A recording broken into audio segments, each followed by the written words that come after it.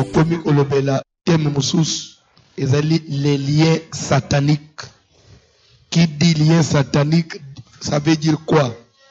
Un lien satanique, c'est l'ensemble des lois, c'est l'ensemble des principes, des règles spirituellement établies, des paroles prononcées par lesquelles les diables arrivent à gérer la vie d'une personne, d'une société ou d'un clan. Je peux reprendre?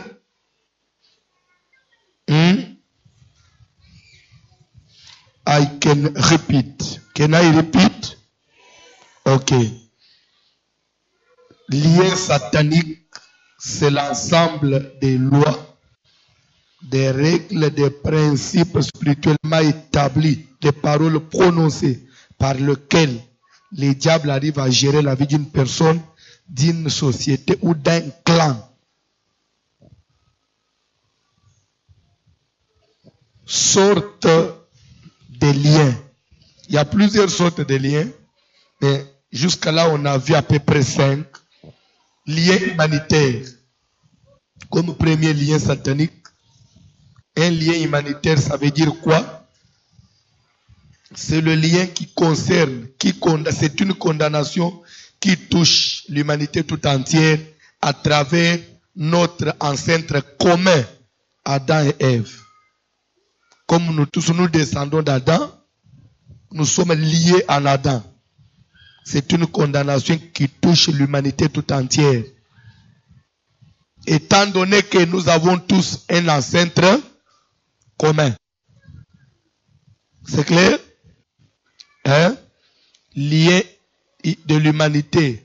Ou bien, Singayabo Mutu. Ezali etumbo ezokanga batu nyonso ya mukili.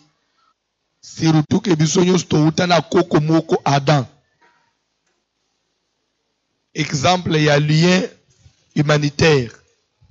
Le péché. Tout le monde est lié au péché. Lié par le péché. Pourquoi? Parce que nous avons hérité ça. Il est Adam. C'est pourquoi la Bible dit tous sont péchés, sont privés de la gloire. Un autre exemple, la mort. Au Matao Kita, nous sommes tous mortels. Étant donné que Toutina Adam a Koufak. Amen. Alléluia. Deuxième sorte, il y a lien. Sur les liens des races. Lien racial. Lien des races. Là, qui dit race, c'est dit couleur de peau. Il y a des condamnations qui touchent les gens par rapport à la race. Par exemple, la race noire. C'est une race sur le plan mondial qui est marginalisée. Amen. Ce qu'on y évite, balobaka ki Amérique ezambu ya liberté, balobaka Amérique ezambu ya égalité de vie, mais en réalité ce qu'on landeli bien, ils ont avanté parce que lelo la police ils ont eu la batumundo na Amérique yebiango, ce qui ata police de roulage à télévision mutumwindo nanzela les réseaux télémisayo avant yabi mana mutuka azobe yo kita tombola mabu ulikolo nde ya kiti les réseaux on sale fo mouvement bala mo yazo tira obomiyo basala mpona mundelete dela ko boma yo pe ba ko condamner yete pona bango mutumwindo il est voyou, il est prêt à tout. A bouger, péter un gabo bangay, n'en a bouma ié, et s'il pèse. Amen. Même si le plan y a aucune justice, jugement y a moutoumouin, na mundele, il y a toujours une différence. C'est la race. Cette race souffre sur le plan mondial. C'est évité. Kola pambola mutumoko.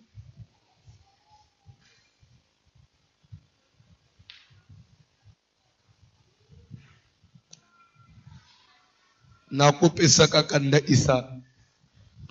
J'enseigne Tu sais que même dans Bambou, par exemple, quand on voyait des albinos,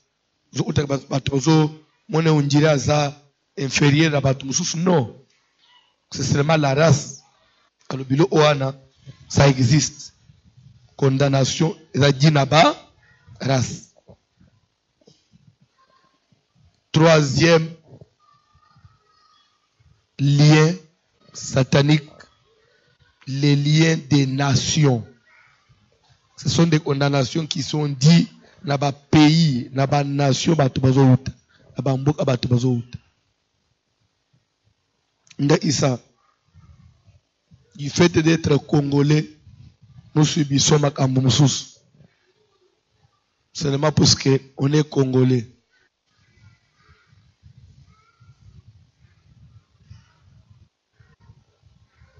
Même en Afrique noire,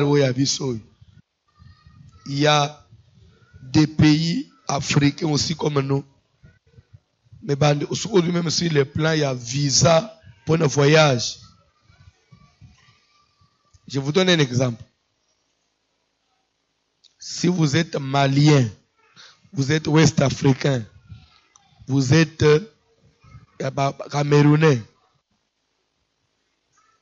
et que au sein du visa des États-Unis, première fois, on va vous donner 6 mois. Deuxième fois, on va te donner une année. Ce que vous respectez, troisième fois, on te donne 5 ans. Ce qui est ici, on matin à 10 ans.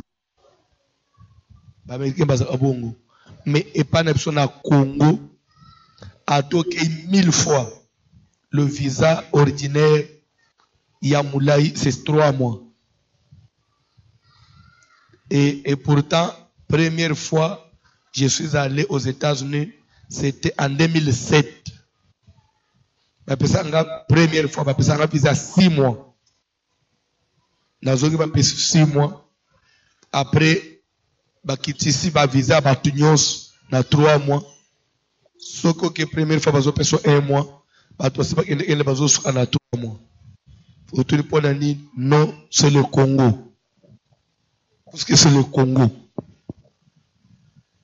C'est ce qui fait que si vous avez un passeport brazzavillois, un passeport congolais, il y a Brazzaville, ça a un peu de la valeur. Le passeport brazzavillois actuellement, ils ont en Afrique du Sud sans visa, de Brazzavillois. Ils ont en Maroc sans visa.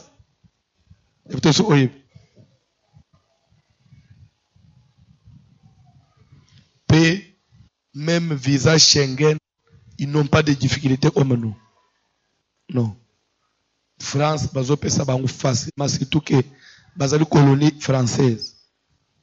Biso normalement, ndenge toza na Congo, tokoko ele le visa ya Belgique te. Parce que nous sommes leur colonie. Il fallait tout à Belgique ndenge toling. Pour ezambu anabiso. Kala babande ko benga Congo na biso Congo belge. Et d'ailleurs, pour ton information, selon la constitution belge, tout Congolais qui est né avant l'indépendance, avant 1960, il est d'office belge. So, avant l'indépendance, parce que c'est Congo belge.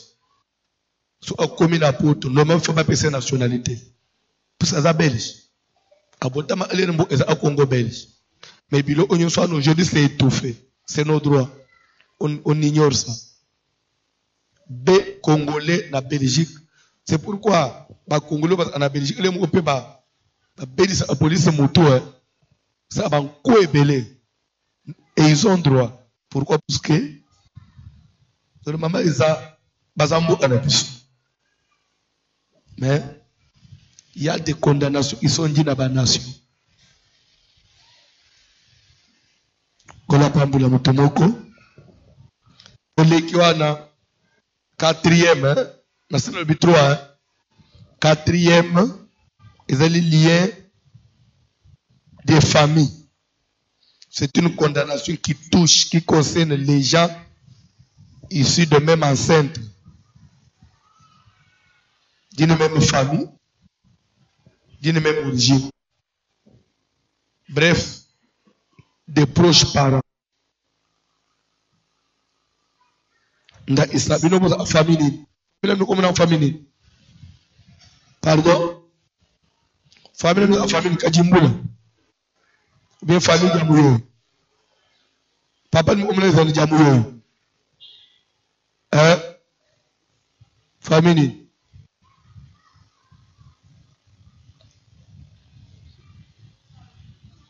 Pardon. Boyamba moto.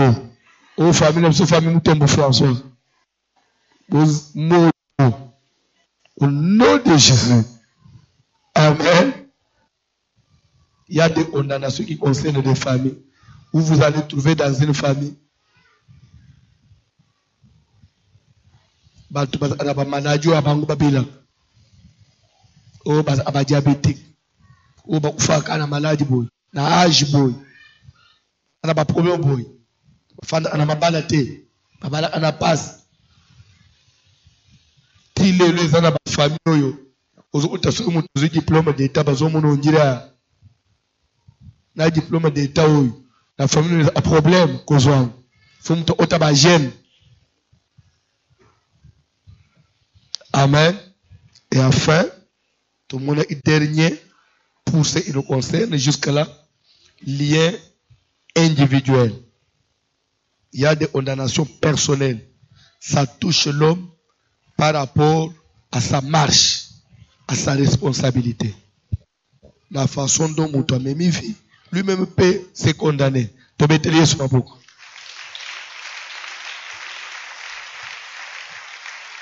Lera ngamu ona lobiao na lemunoko na zoto na sale révision na lemunoko na tangi na kaye et toye ko banda ko mona mena to bandi premier point lien de famille le to bandi développement le lien de famille to bandi lien de famille c'est une condamnation qui touche les gens ici des mêmes parents, les proches parents. Lien de famille. Dans le lien de famille, mon premier lien de famille, c'est le lien de la malédiction. Le banane malédiction.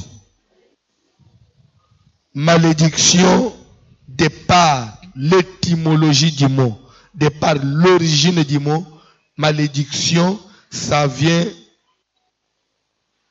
du latin.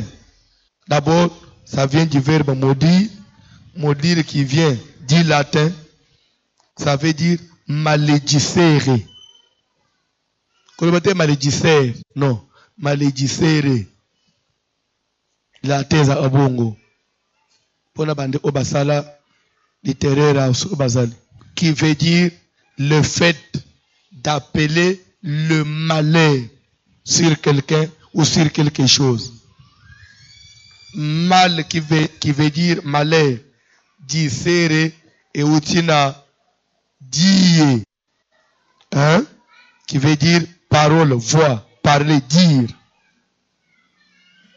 Donc parler du mal sur quelqu'un. Amen. Même chose avec bénédiction et utina verbe béni qui est aussi l'origine du latin qui veut dire bénédire. Béné qui veut dire bien. Bien. Dire qui veut dire parler du bien. Dire du bien sur quelqu'un. C'est vivre le malheur. Tolobaki, nous avons des types de malédictions. Voilà, deuxième point. Nous avons la malédiction volontaire et la malédiction involontaire. Qui dit malédiction volontaire dit quoi?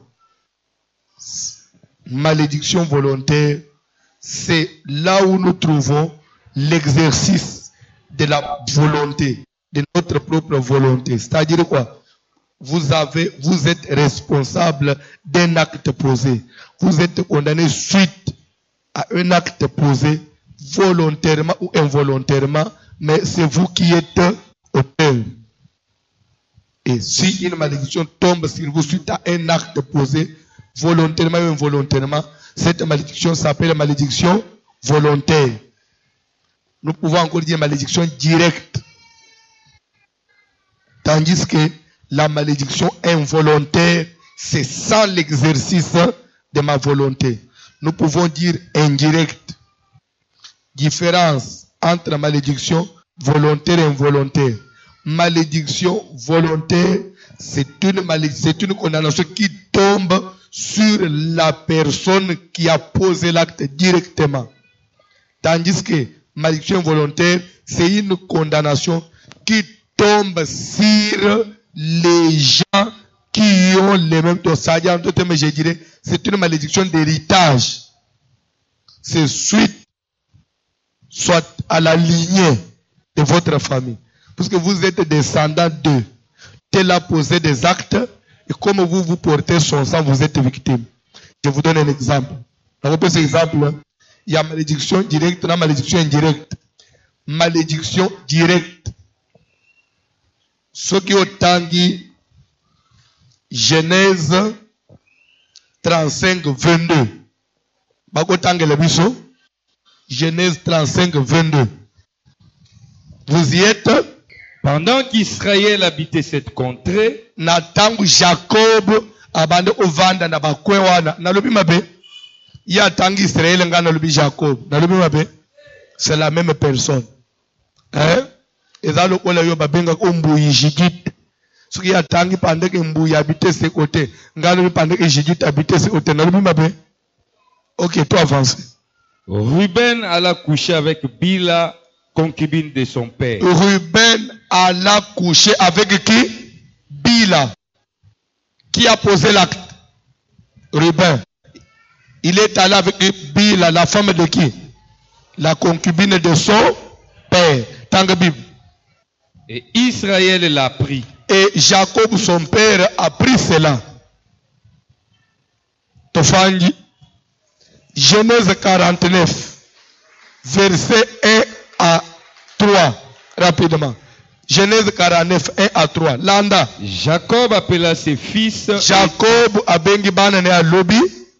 Assemblez-vous et je vous annoncerai ce qui vous arrivera dans la suite des temps. Assemblez-vous bosangana na koyebisa bino makambo okomele bino sima ya mikolo na venir na bino. Bien aimé, il y a des actes que tu peux poser aujourd'hui, mais qui vont compromettre l'avenir. Surtout dans la famille. Ok. Rassemblez-vous et écoutez, fils de Jacob. Bosangana pe boyoka bino bana ya Jacob. Écoutez Israël votre père. Boyoka Jacob papa na bino. Ruben. Bozolanda na Genèse 35 22, on a dit que Ruben avait fait quoi? Il avait couché avec Bila qui était la concubine de son père et son père l'avait appris. Oui ou non? Il y en a 49. 49 c'est après 35, oui ou non? Après plusieurs années, papa na bengi bana alinga kufa. Abandi ko loba kola mwana moko na moko. Lera komi ko aribe mwana ya liboso, yo papa ndenga zo la kaye. Toke. Ruben, toi mon premier-né. Ruben mwana nanga ya yambo. Ma force est les prémices de ma vigueur. Bokasi nanga pembu mananga ya yambo ya bokasi. Supérieur en dignité et supérieur en puissance. Oya lekina lokumu pe alekina nguya.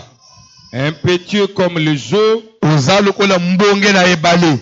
Tu n'auras pas la prééminence. Okobimisaka mutu te na vie na yo. Okotombola mutu te. Okozala mutu pamba. Okozala na se ya bato. Bako banda onyata nyata yo partout. Bisika bato baza yo banda ozala toujours ridiculisé. Toke. Car tu es monté sur la couche de ton père. Pourquoi? Parce que omata na mbetu mo na papa na yo. Tu as souillé ma couche en y montant. Osangise imwasi na tata na yo, yango ngai tata no na lakeli yo mabe. Vous comprendre? Cette malédiction est laquelle forme? Et laquelle forme? Pourquoi volontaire? Il y a l'exercice de la volonté de Ruben. Il est redevable à un acte posé.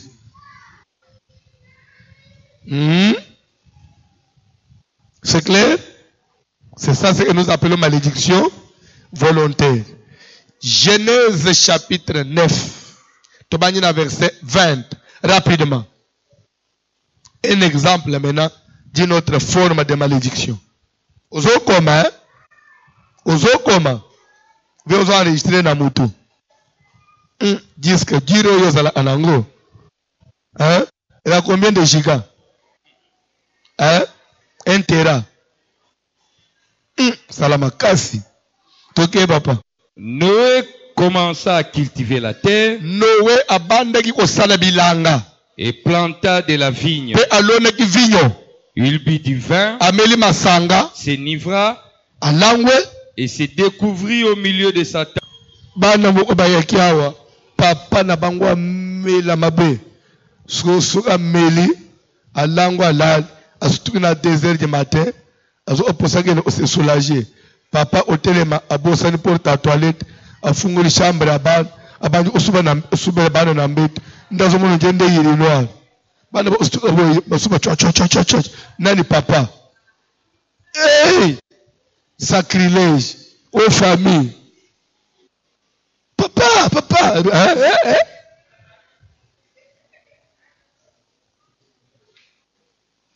Babengi mama tu nini oh na anisa iri noir. Mbeto aba mwana bana balali. Mama moko bengi nga na poto. Papa na moko na isha sawa. Soka kia meliti akwei plus one. Asubi na bilamba. A perdre la connaissance. Bana quartier de bay ana brouette bazuye ba chena brouette. Bay na itina pang basopi na sebo. Bazungu na brouette.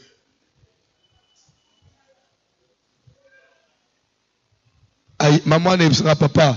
Ndinga na ipoto boy na kozonga ishasete. Onga na mwana na lupango na biso na papa na biso. Na dala na musika boy.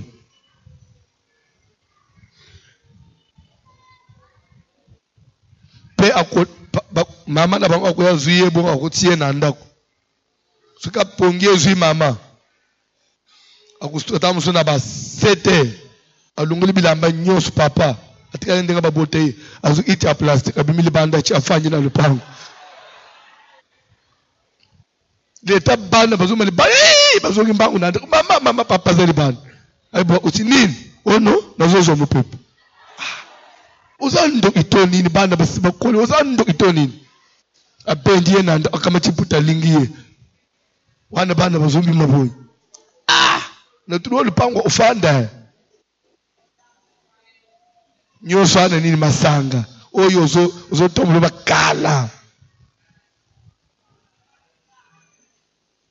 Umoni kala wana pene bima kambo sala na masanga te. Usala pe ya webele. Ukubomba kalelo ukubimiselo.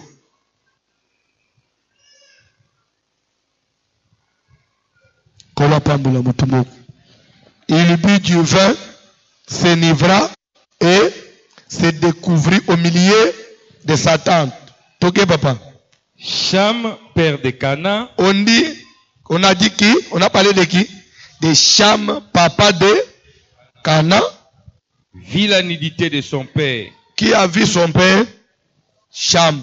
Cham était papa de qui? De Canaan. Tangabub. Et il le rapporta dehors à ses 2 frères. Alors Sem et Japhet les mirent sur leurs épaules, marchèrent à reculons et couvrirent la nudité de leur père. Comme leur visage était détourné, ils ne virent point la nudité de leur père. Lorsque Noé se réveilla de son vin, il apprit ce que lui avait fait son fils cadet. Et il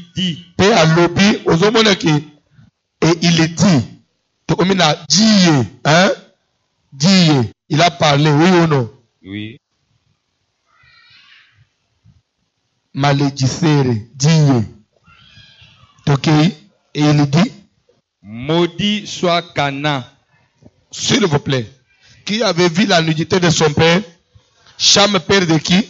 de Cana. Et quand Noé s'est réveillé de son vin, il a maudit qui? Cana, fils de qui? De celui qui avait fait la chose. Cana tombe victime d'une malédiction à travers son père. Cette malédiction, c'est quelle forme? Pardon? Involontaire. Pourquoi involontaire? C'est parce que c'est indirect. Parce que Cana, il est innocent. Mais tout simplement, papa n'a pas makamba. Il papa n'a pas mabe. Ndenge tozalia, tokoza pe ba victime. Ndenge to fanyela bino. Ya ba ambo belé et ça na ba famille na biso ta musu to ebité.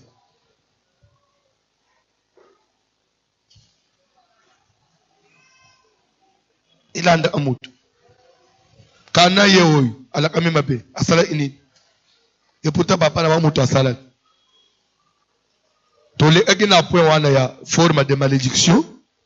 Après tu as un autre point, les causes de malédiction. Proverbe combien? 26 verset 2. Ezolo banini, comme l'hirondelle s'envole, comme l'oiseau s'échappe, il en est ainsi de la malédiction sans cause, elle est nulle et sans effet. Je crois que ce qui est écrit, hein?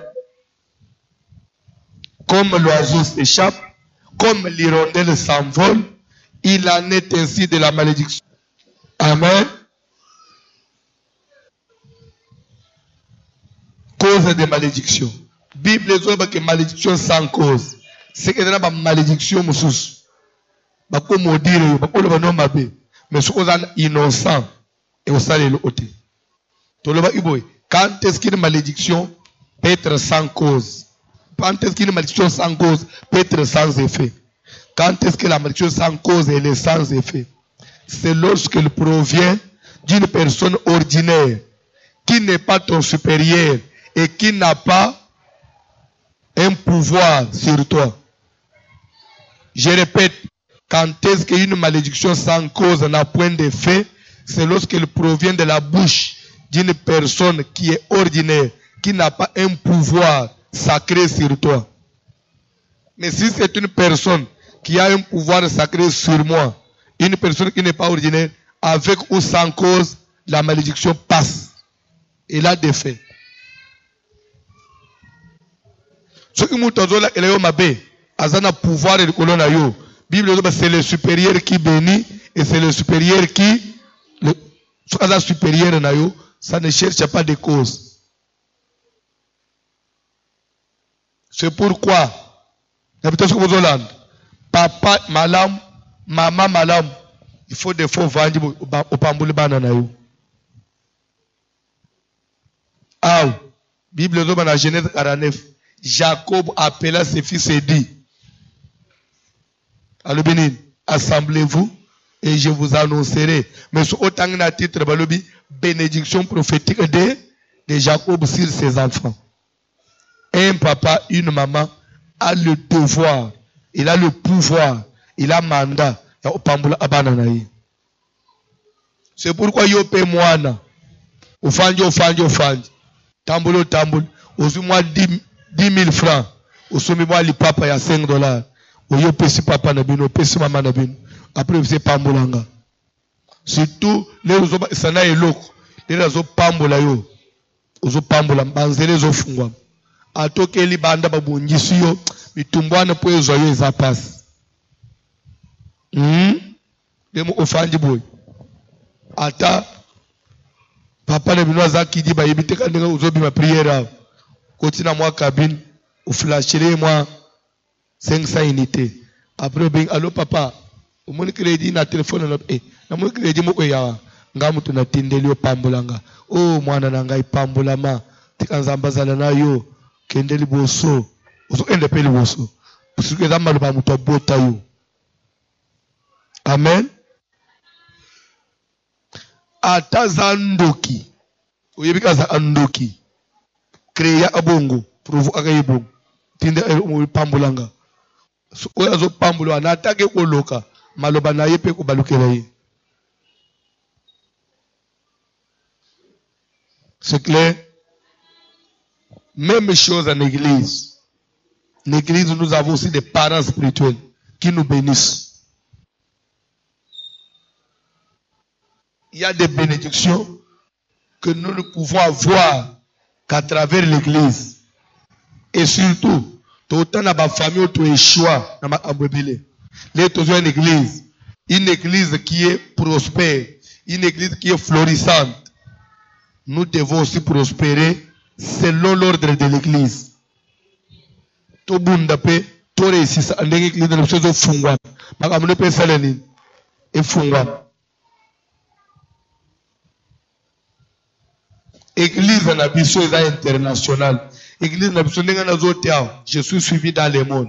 Est-ce que pour nos voyages, il faut voyager? Il faut des problèmes? Non. Je dois vivre de cette bénédiction, de ces liens-là. Il faut aimer l'opamba.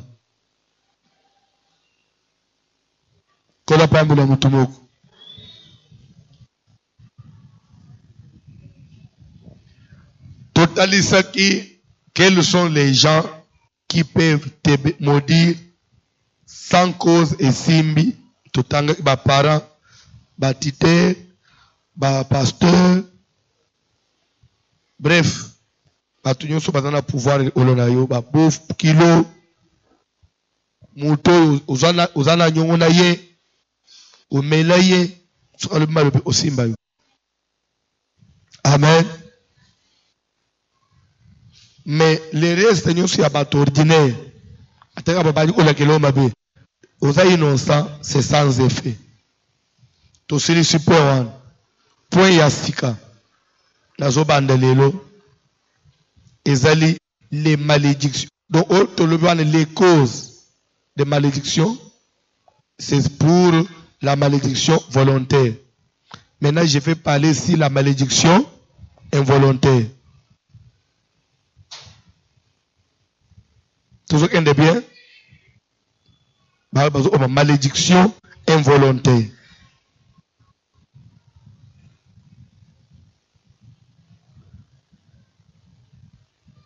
Dans la malédiction involontaire, celui qui est victime d'une malédiction volontaire et involontaire, il n'y a pas une cause valable au talis qu'il a fait ça. Non.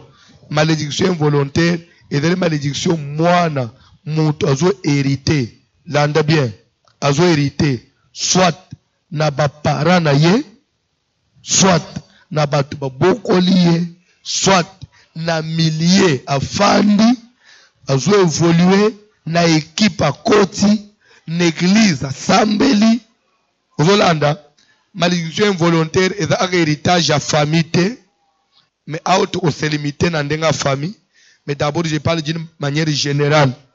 Malédiction volontaire, au cause wango, puisque au fond dans le quartier, et la kamamabe, au foute la nanda koi, balakela babe soit, muto tonganda kwa na tonganda bambungu akis, au fond dans nanda kwa no bandu kufe la ban, makamuzo simba soute, aux victimes d'une malédiction involontaire pour continuer nanda ko ezana ba problème. Soit aux autres tambola na batoy, balakamamabe. Il m'a bien abandonné au kangayo. Au bali mubalwa, azana bila il m'a bien. Au bimina moi ça bila il m'a bien. Au bimina mubali azana bila il m'a bien. Aux malédictions involontaires.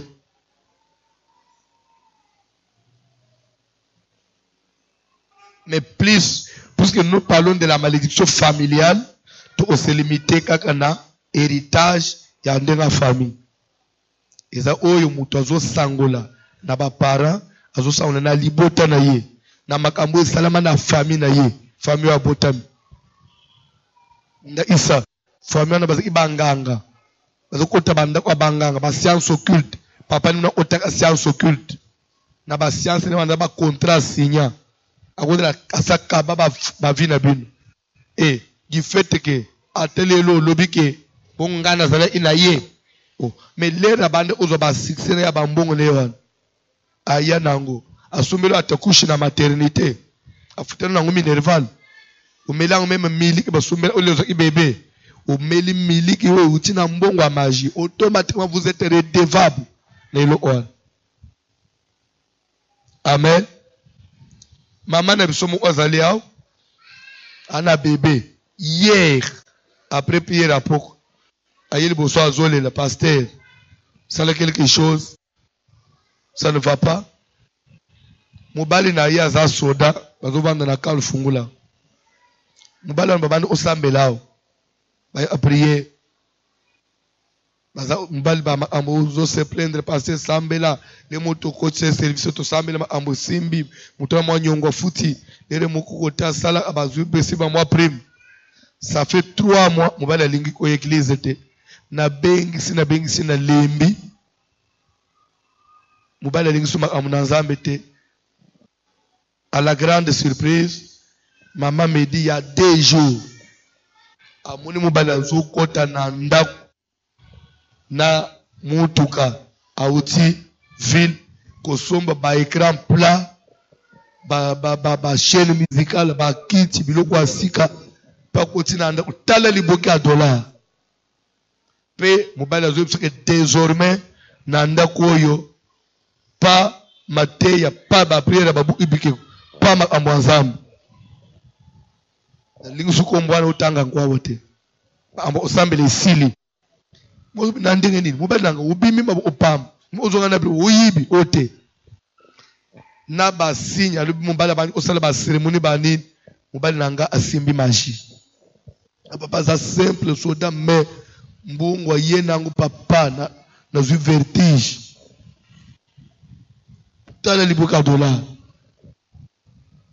Pa le ambo nzambe seli nini? Esili. Abina mega uchaka babu ibika wali kata lo kwan. Ezo trouble makambo na ngai. Moi ça tout mbali makambo na yo makambo nini yo komina. Ah eza makambo na ngai. So boy olembo ngufanda nawo. Moi ça tout ngai na liete. Na ibiseri. Alia. Pardon. Asale ni ici on.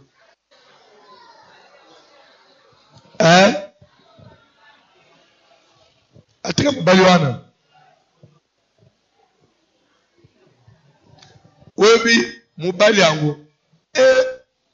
Papa la alo bakate mwana ba. Onjire sodata akime onjire sodate.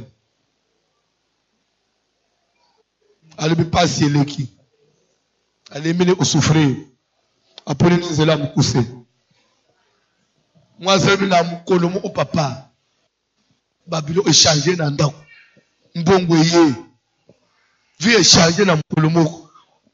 Mutope ka bozo na bambongo bi vi échanger. Na tuni to bongi to omi bien. Na ndenge nini kana bala bo to bongi. To lesi.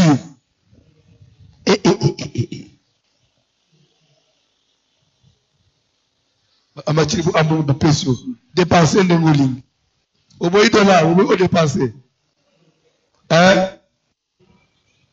pardon côté ville chaque endroit il y a modèle beaucoup salango mais avenir ya bana si o même yo moi sokoli ya pour miteki au nom de Jésus bana ba ko de ba victime. Le lien involontaire. C'est le lien d'héritage. N'habitez place au fanya ou hérité nini na famille na bi. Ou hérité kufa to bomo. Ou hérité li pambo li to souffrance. Ou hérité li bala to célibat. Déception ou bien bénédiction. Une prière toujours salalelo. Tout ce qui a de négatif, de mauvais. Tout ce qui a des malédictions que j'ai hérité dans la famille d'Angaï, il faut nous délivrer.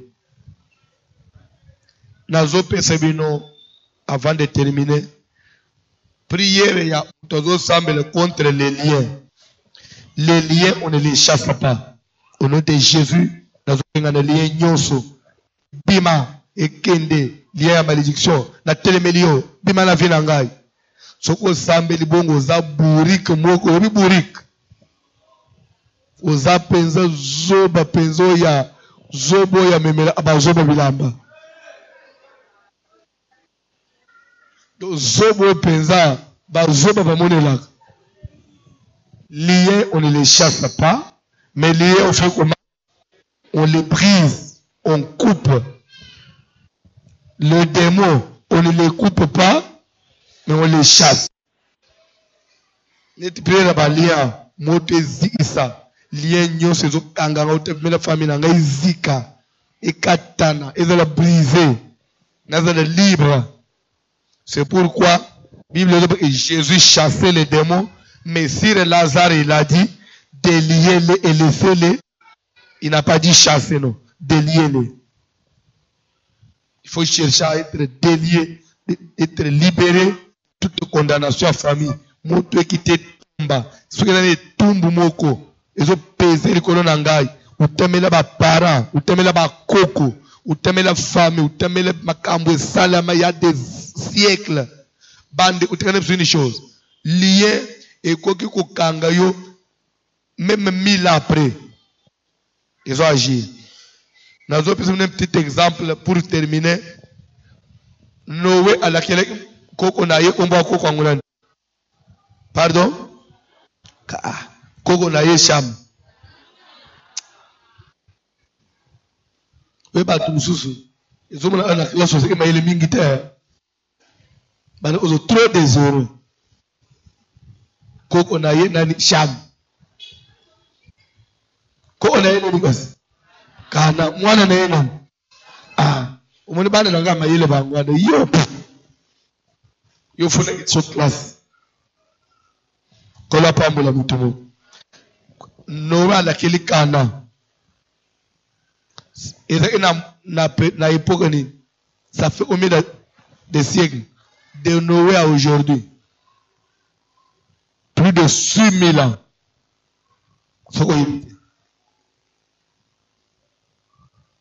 mais descendant ya Noé Cana, Tilelo, il continue à subir la malédiction. Une seule tribu à Bakanaye, et Tikala Mukili Tilelo, Yebakango, les Palestiniens. Les Palestines, les Babunda en Israël, Bangunde Tobenga Akala, Philistin, Bande Oya. Goliath, la Philistin, bande wa Delil, de ba Palestinien. Changer ombo elunga ba Philistin ou ma Palestine. Donc Tilelo baza anama belete. Tilelo babuma abangone sele chaque jour. Zezanine ka po Noala ila bango mabe. Tilelo. Eh, ozo linga balek elo mabe. Ozo tambula nabile ele mabe na nzo to papa. Et aussi le colonie. Bango pe moi j'ai besoin de délivrance ces athées pour boy on dit Yesu bazana bango ba to ba religion musus religion na bango nini oyo lobi wana telemali ko to prier to omenaso question eza bino bolemba kate deux questions kaka deux questions omuni ka meke lelo to avancer lobby nazo bandera wana to kobi lisusu. Semaine prochaine, il faut avancer ma as. Tout le c'est lié à malédiction, nous sommes sous. Deux éléments. Papa, et ça n'a pas parents oyo ba papa ba abandonné ban. Aboti mwana abandonné toi t'es pas maman, mwana bo pas mais pas maman. Papa tikala ko salela mwana ta dépense mon côté.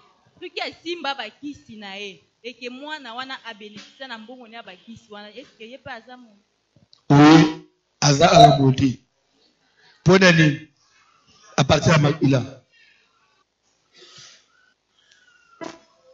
Mutuna mibale asuka.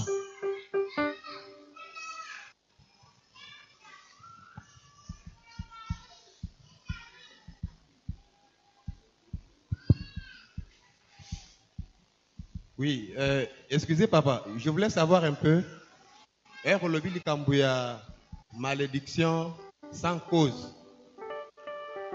Est-ce que malédiction sans cause est aussi pas supérieure à quelqu'un pour être traversé dans la vie à Moutou?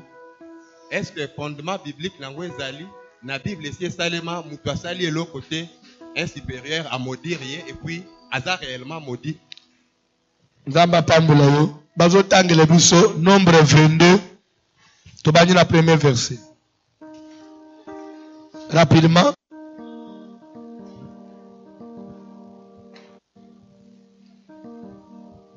Rapidement. Les enfants d'Israël partirent Bana na Israël bakei.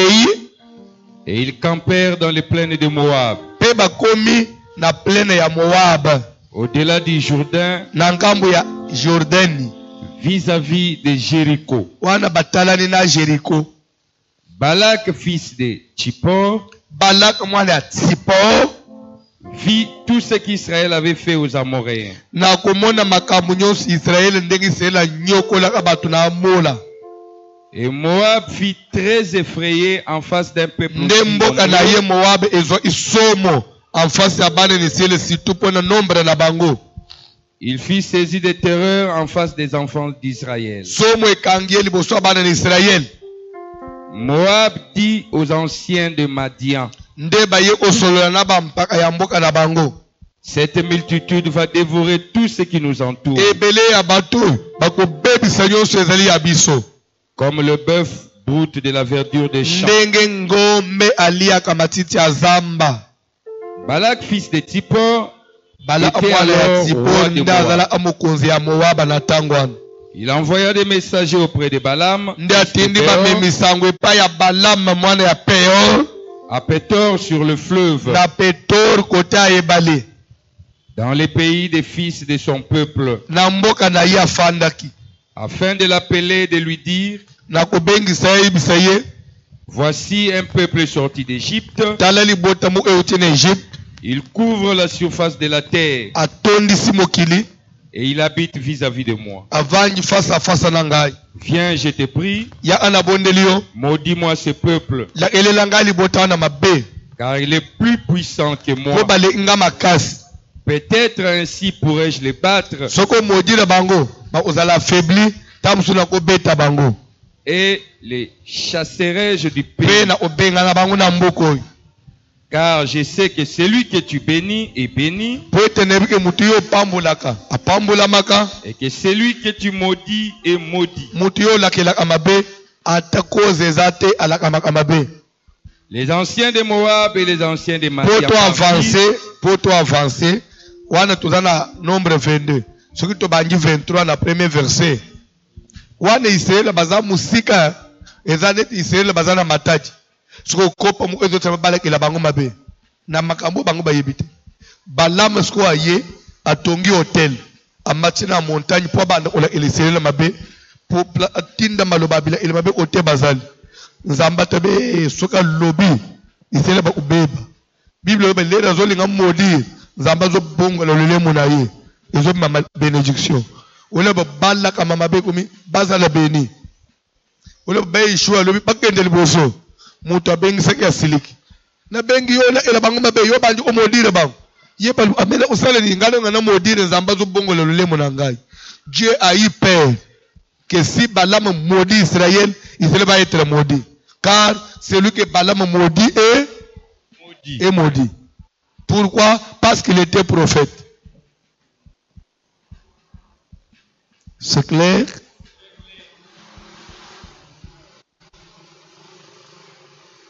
Totelemi likolo.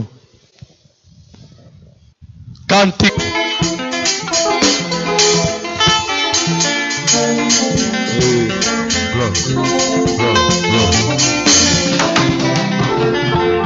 Oh, Sami wanyu, Benito.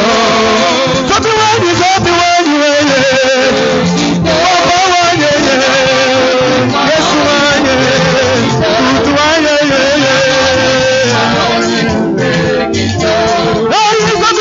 Sami wanyu, Benito. Sami wanyu, Papa wanyu,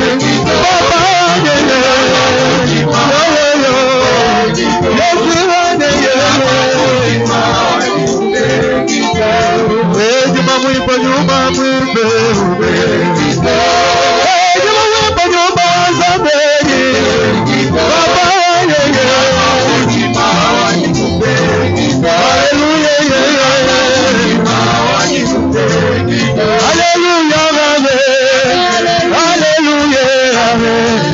Alléluia, Amen. Alléluia, Alléluia, Amen. Alléluia, Amen. Alléluia, Amen. Yesu, Alléluia. Yesu ki champion wale, ki champion wale, ki champion wale. Amen. Yesu, Yesu pomala lele, pomala lele, Amen. Pomala lele, Amen. Yesu, Alléluia. Alléluia. Son Alléluia. Alléluia. Papa Alléluia. Alléluia. Alléluia. Alléluia.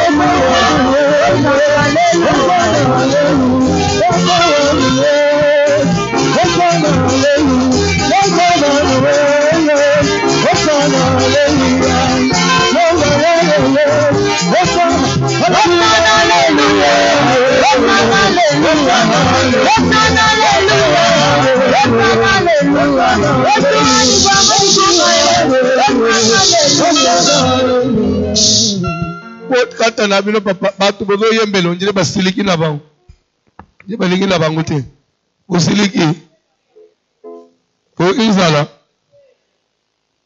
rezima bolobi te sobole baga j'allais commander pour vous des shawarma il fallait dire oui bolobi te c'est besoin d'anzala te sobole baga oui shawarma pour ce jus na moko oui, mutazana jeune zate. Mule jeune asute. Webike to fani mi kolobele to jeune te webango. Bo milene na fete. Zele semaine prochaine ko yokango. Oite so za mune bilambe usimbe na nzoto te. Photo konde poto za la taille na fete.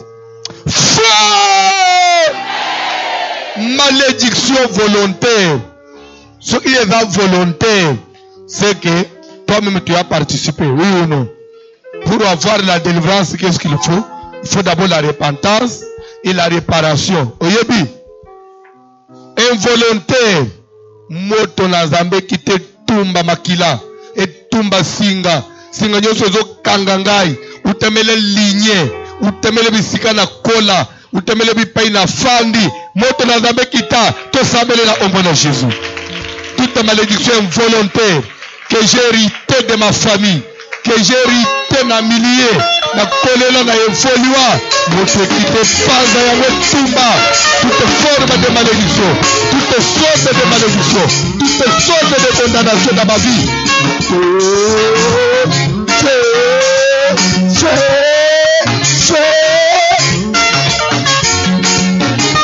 la prière.